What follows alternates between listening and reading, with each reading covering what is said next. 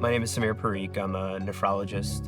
The way the kidney works is fascinating, and I'll put it this way, it's not the sexy organ, so it doesn't get a lot of the media attention. The highest health expenditure for Medicare is kidney disease and dialysis. So by trade, nephrologists have to cover a lot. The field covers a wide breadth of disease states or health issues. It's not just kidney injury. It's electrolytes, it's acid base, it's blood pressure. So a nephrologist's job is focused in these areas. One aspect that we don't get a lot of education on is immunology. We are not immunologists by trade. Most of us will probably get majority of our immunology in medical school. And then after that, not so much. It's actually a rarer group of problems that are getting a lot of attention because there's a lot of research in those areas, and it's important that we address those diseases. B cells are a critical aspect of the adaptive immune system. They are critical to protecting ourselves against foreign actors through the generation of antibodies.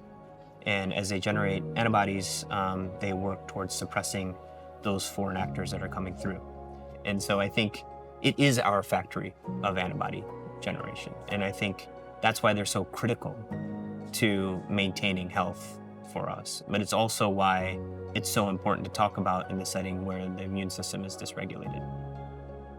And a cytokine is a signaling protein made by immune and non-immune cells to kind of help coordinate the function of the immune cell. And so you have cytokines that promote maturation, differentiation, and survival of B cells.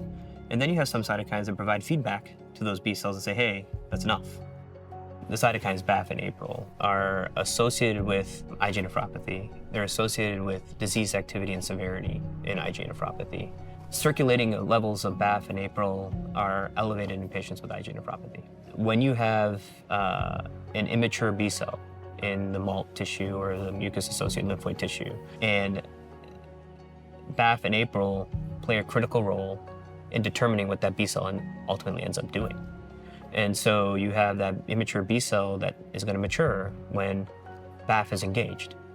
And as it's engaged with its receptor, you're going to have that B cell maturation, and to some extent APRIL, but you're going to have that B cell maturation and survival, which means it's not going to be broken down through apoptosis.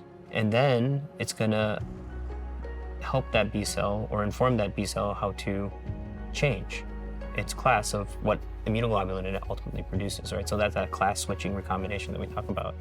And so that B cell matures and then it differentiates into plasma cell. So those plasma cells then are necessary to produce immunoglobulin. So now you have an IgA B cell. So it's been determined by BAFF and APRIL that this is going to be an IgA B cell, IgA1 B cell. And then that B cell is going to differentiate into a long-lived plasma cell that can stay in now for a long time with memory and continuously generate IgA1 and galactose deficient IgA1.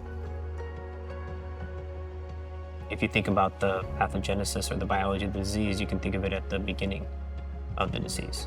So, we talk about a 4-hit hypothesis in IgA nephropathy. This is like the 4-hit one, right? So you have hit 0 is kind of like this B cell, plasma cell production, and then the release of IgA1 is your hit 1. Now, where does that happen? It's happening, the gut is where it all starts, but ultimately it finds its way into circulation. And when it finds its way into circulation, you have antibody production that leads to the formation of autoantibodies to those galactose deficient IgA1 molecules.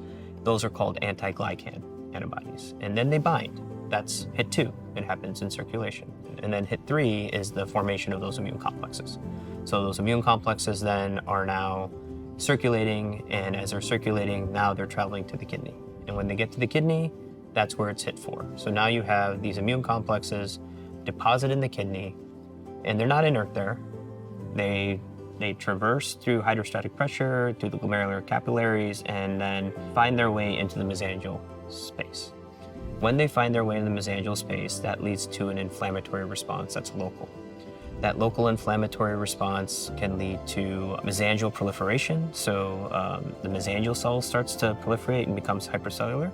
You can get attraction of complement, and the complement system gets activated locally. And you get an inflammatory milieu that develops through cytokines and inflammatory mediators that come in and lead to localized inflammation within the glomerulus. So we need to be able to target the disease proximally before it gets to the kidney. So the 2025 KDIGO IgA nephropathy guidelines recently came out.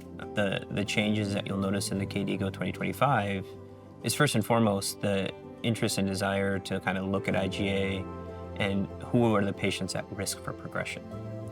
So that conversation's changed a little bit, where we used to say anyone over the gram of protein was at risk for progression. Now, if you look at the results from the RADAR study, you see that patients who have anywhere from 0.5 to a gram are at much higher risk for progression than those who have no protein in their urine, of course. But we also need to start thinking about what's happening before it gets to the kidney.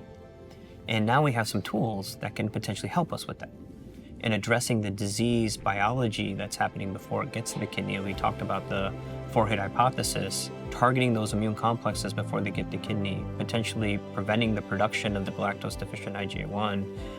These mechanisms are targeting the mechanisms that do those things. And there's a lot of amazing work that's being done all around the world to do that. Big consortia, multiple institutions working together.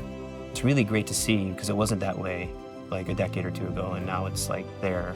And so there's a lot of optimism for the next 10 years in the field.